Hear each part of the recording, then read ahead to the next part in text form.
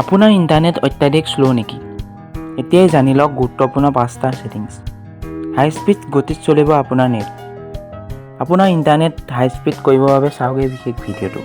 আজিৰ দিনত ইণ্টাৰনেট আমাৰ দৈনন্দিন জীৱনৰ এটি গুৰুত্বপূৰ্ণ অংশ হৈ পৰিছে। আজিৰ দিনত প্ৰায় 99% কাম ইণ্টাৰনেট নহ'লে হৈ নুঠে। কামৰ পৰা মনোৰঞ্জনলৈকে সকলোতে কেৱল ইণ্টাৰনেটহে প্ৰয়োজন। ইণ্টাৰনেটৰ জৰিয়তে আমি বহুত গুৰুত্বপূৰ্ণ কাম ঘৰতে কৰিব পাৰোঁ। যদি ইণ্টাৰনেটৰ গতি অধিক স্লো হয় তেতিয়া আমাৰ বহুতো অসুবিধাৰ সৃষ্টি হয়। এতিয়াৰ পৰা আৰু চিন্তা নাই, আমি দিম আপোনাৰ তাৰ সলিউশ্যন। নাম্বাৰ 1, মোবাইল ফোন বা লেপটপটো ডিভাইচটো অন অফ কৰক।